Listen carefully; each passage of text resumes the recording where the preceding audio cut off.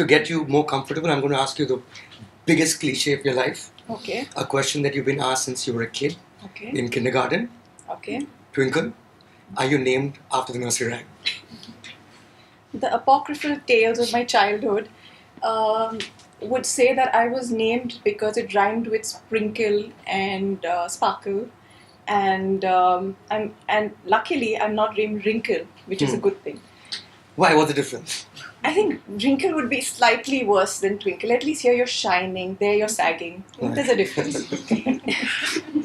Having said that, for a very long time, I did not like my name and I fought against it.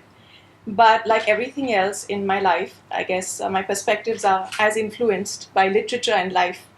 I read a book, Jhumpa Lahiri's Interpreter of Maladies. Right. And there's a short story in that where there's this girl who has a very fancy Bengali name.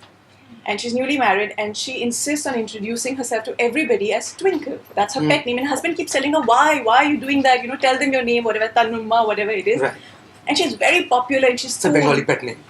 Yeah, she's very popular and very cool and she insists on going by this name. So I said, well, if she can do that and she's fictional, I can pull it off as well. And that was it.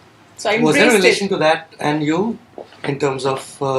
did you ever meet Jhumpa Lahiri Askar? No, I didn't. But yeah, I think she probably... Because there was also one paragraph which said that, there was an actress in Bombay called Dimple. So I guess she kind of figured that out. There's reference there was to some you. reference, Okay. but... I don't know whether it was directly to me, but it did change my perspective towards my name. Right, because the other name that you're known by is Mrs. Funny Bones. I seem to have a penchant for really strange names, but yes. And that would obviously be because you have a funny bone. But what I hear, or what I've read, is that it's because you're also accident prone.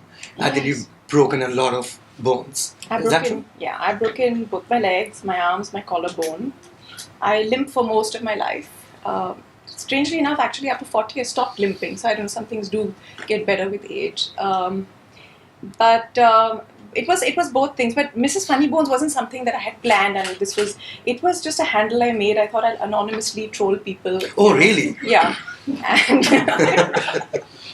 but the day when I decided to join Twitter, they didn't have Twinkle Khanna. Apparently somebody already had taken that name. So I didn't really want to be the one and only Twinkle Khanna. That sounds really bad. Or, the real. So I just had this handle and... but you put your name there, right? You didn't start out being anonymous. No. And then, because I had saved that, that's what I was going to do. Right. I did join Twitter right in the beginning when everybody else did. And one of my first tweets, in fact, the politician had been slapped. At that point of time. So my first tweet was, what a slap surgery. So my family immediately said that I think you should get off this platform because it's not really for you. And then when I decided to join, like I said, it was a last minute thing and Mrs. Funny Bones was handy and there I was. Subscribe to Midday India. Get direct notifications on all our videos by clicking on the bell icon.